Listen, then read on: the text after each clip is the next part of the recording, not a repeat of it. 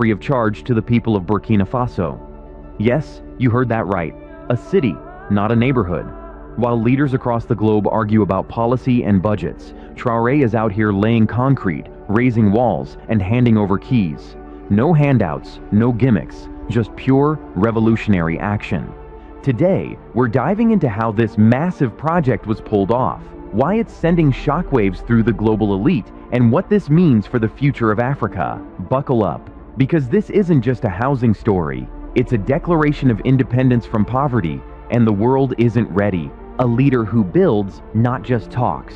While the world's political elite wine and dine at summits, trading buzzwords and promises, Ibrahim Traoré is doing something radically different. He's building. Not building narratives or reputations, but actual homes. A staggering 50,000 of them.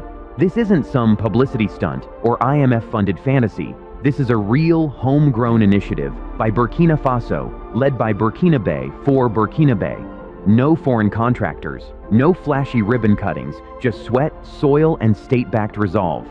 The mission? To give these homes, yes, give them, directly to the people who need them most. No mortgage, no rent, no fine print. It's not a trickle-down gimmick.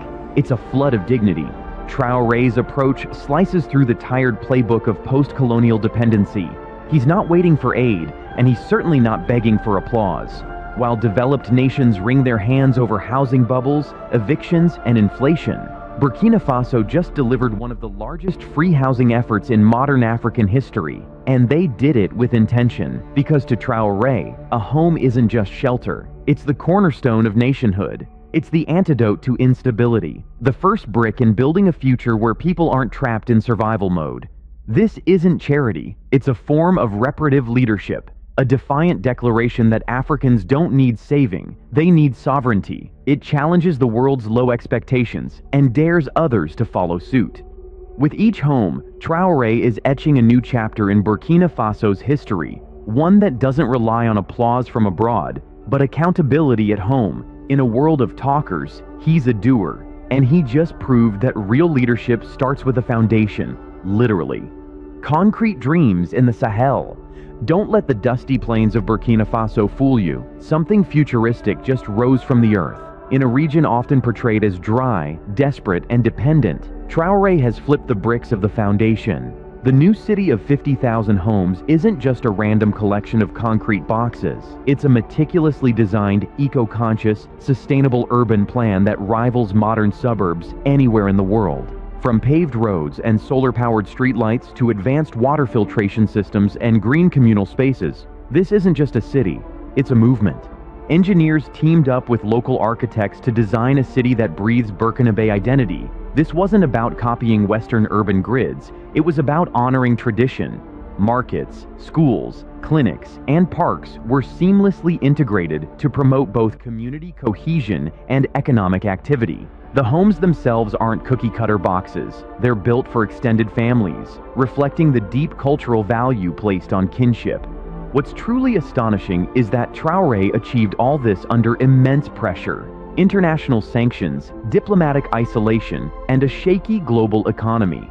But instead of folding or begging foreign lenders, he doubled down on self-reliance. He rallied the people, harnessed local resources, and leaned into community expertise. This wasn't just construction, it was a movement.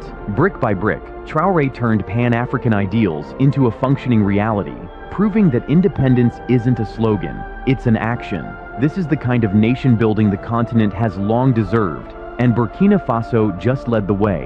Where others build for profit, Traoré builds for purpose. The housing crisis that haunts the West, Traoré just put that conversation in a chokehold.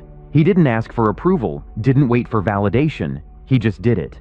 And now, while Wall Street investors are busy flipping condos, Burkina Faso is flipping expectations. This isn't just development, it's defiance. And for the first time in a long time, the Global South is leading by example, giving the people their land back. Land. That five-letter word that has sparked revolutions, toppled empires, and divided nations. In Burkina Faso, Ibrahim Traoré didn't just talk about redistributing land, he executed it. The 50,000 home city isn't being sold to the highest bidder. It's being given to the people. No interest rates, no landlords, no evictions, just keys, doors, and dignity. That's revolutionary. In a world where housing is a commodity, Traoré is treating it as a human right. The land used for this mega housing project, it wasn't taken from the people. It was reclaimed for the people, from corrupt landowners and absentee elites who hoarded hectares while millions slept under makeshift roofs. Traoré's move is a direct response to decades of land misuse and bureaucratic paralysis. He cut through the red tape like a machete in the bush, and by doing so, he unlocked what every nation struggles to manage: affordable, accessible, abundant housing. This isn't just about shelter, it's about power. In Burkina Faso, land ownership now symbolizes more than a home. It represents security, pride, and a claim to the nation's future. For farmers, it means planting without the fear of eviction. For mothers, it means choosing nourishment without sacrificing rent. Traoré knows that true freedom isn't just political, it's economic. By handing over legal ownership to the people, he's done what few leaders dare: flipped the land ownership hierarchy upside down. No longer is land the privilege of the elite, it's the birthright of the people. The powerful may be rattled, but the public? They're standing taller than ever, grounded in land that finally belongs to them. Employment revolution, building the builders. Forget outsourcing. From the very beginning, Traoré made a game-changing call. This housing city would rise through Burkinabe hands with Burkinabe know-how, no imported labor forces, no foreign consultants swooping in for photo ops. Instead, thousands of local jobs were created overnight. Bricklayers, plumbers, electricians, welders, engineers, men and women alike were mobilized on a national scale. Even women who had never stepped foot on a construction site were trained and hired. The city morphed into an open-air university of labor, where every hammer swing, every nail, every slab of cement laid was a lesson in dignity and economic freedom. Now think about the global narrative that's long plagued Burkina Faso, that it's poor, underdeveloped, and perpetually dependent on outsiders. Traoré broke that walls. By going local, he didn't just create jobs, he ignited pride. These homes weren't anonymous buildings erected by foreign firms. They were shaped by uncles, cousins, neighbors, and friends. Picture a father walking his child through a neighborhood he helped raise. That's not just development, that's ownership.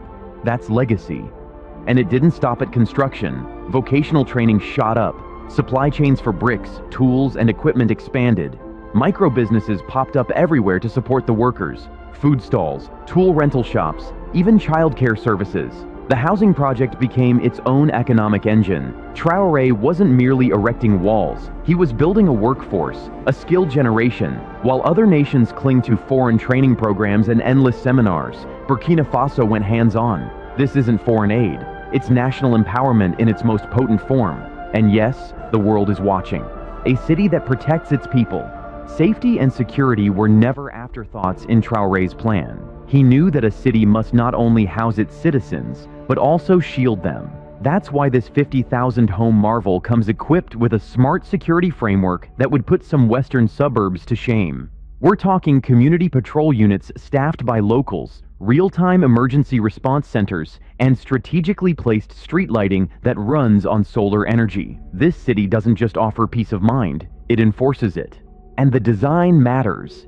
Streets are built wide for visibility, neighborhood clusters are small enough to maintain strong communal ties, and public areas are watched over, not by cameras alone, but by the very people who live there.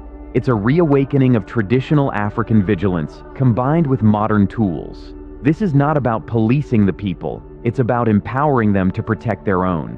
Traoré knew that true safety starts when people feel invested in their environment. On top of housing and community spaces, the city includes a fire department, medical emergency stations, and a fully mapped disaster response plan, all embedded into its design. For a nation frequently facing unpredictable weather and regional threats, this level of preparedness is revolutionary. It shows that Traoré isn't just solving for now, he's future-proofing his country. While Western nations tout smart cities filled with sensors and tech hype, Traoré has built something more grounded, a strong city. One rooted in resilience, not surveillance. Here, security isn't imposed from above or outsourced. It's integrated, community-led, and people-centered. It's practical, powerful, and profoundly African. And in this moment, it's Burkina Faso, not Silicon Valley, redefining what modern cities should look like. Redefining African leadership. Let's not sugarcoat it. Africa has had its fair share of leaders who enrich themselves while their people scraped by for basics. But Ibrahim Traoré, he's breaking the mold. Young, unbought, and unapologetically Pan-African, he's offering a bold alternative. The 50,000-home city he spearheaded isn't a vanity project. It's a seismic act of rebellion against a global system that long insisted Burkina Faso would never rise. This is leadership without compromise, without puppeteering, without waiting for permission. Traoré isn't trying to go viral. He's trying to uplift. For decades, African nations were told to wait. Wait for Western investors. Wait for IMF disbursements. Wait for foreign experts to tell them how to fix their own countries. Traoré shredded that playbook. He's putting housing, not military hardware or foreign policy theater, at the core of his national strategy. Why? Because he understands that real leadership meets people at eye level, shoulder to shoulder, in the trenches of daily life. And it's catching on. Across the continent, young Africans are tuned in. They're not just watching, they're quoting him, studying his interviews, turning his leadership style into a movement. Traoré isn't just a president, he's becoming a prototype. A leader who doesn't promise utopia, but builds real foundations, literally and figuratively. In an era of empty slogans, he built a city, and with that, he's raised the standard of what governance should look like. Most world leaders would need a ladder just to reach the bar he's now set. Burkina Faso, once dismissed, is now rewriting the future, and Traoré is holding the pen. Changing global perceptions, one brick at a time. For years, international media painted Burkina Faso in grayscale: poverty, instability, terrorism. But now, a new image is emerging, one of progress, one of sovereignty. And it's thanks to a city of 50,000 homes that no one outside Africa thought possible. Traoré didn't build this city to impress the world, but he did.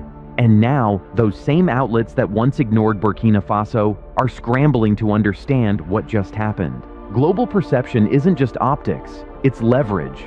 And Traoré just gained tons of it without hiring a single PR firm. Every drone shot of the new city, every family turning a key, every child's laughter echoing from a new schoolyard sends a powerful message. Africa builds. This isn't charity, it's capability.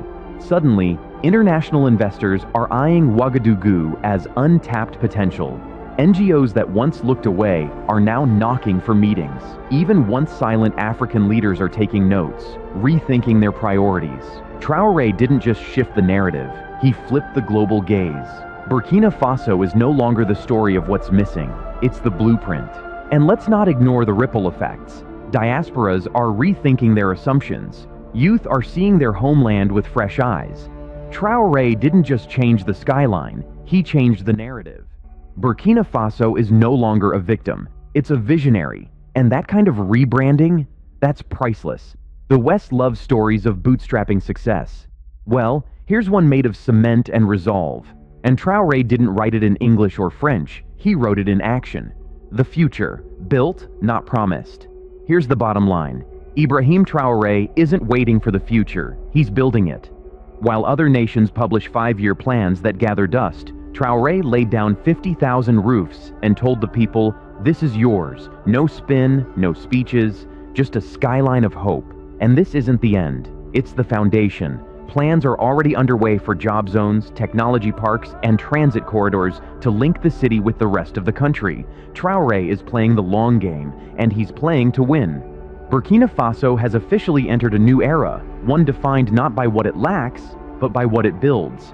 And make no mistake, this kind of transformation echoes far beyond its borders. It signals to every underdog nation that progress doesn't need permission, that when you combine political will with grassroots power, you can move mountains, or in this case, build cities. And so, to the world that once looked down on Burkina Faso, the message is loud and clear. Watch us now. Because under Traoré's leadership, the country isn't asking for charity. It's asking for respect. And it's earning it, one home at a time. Think about that. 50,000 homes, 0 mortgages, and an entire city rising from the dust, built not for profit, but for the people. Ibrahim Traoré didn't just build houses, he built hope, brick by brick. While many leaders chase headlines, he's rewriting history with action. This isn't charity, it's a blueprint for national dignity. And let's be honest, the global powers didn't see this coming. They underestimated a young revolutionary and overestimated the weight of foreign aid. Now, Traoré has shown that when a nation stands on its own feet, the ground shakes beneath global assumptions. So what's next? Will other African nations follow suit? Will this new city become the model for how developing nations reclaim their destiny? One thing's certain, Burkina Faso is no longer waiting for a savior. It's becoming one. If this story inspired you, hit that like button, subscribe for more eye-opening content, and drop your thoughts below. The world is watching. And Traoré just raised the bar.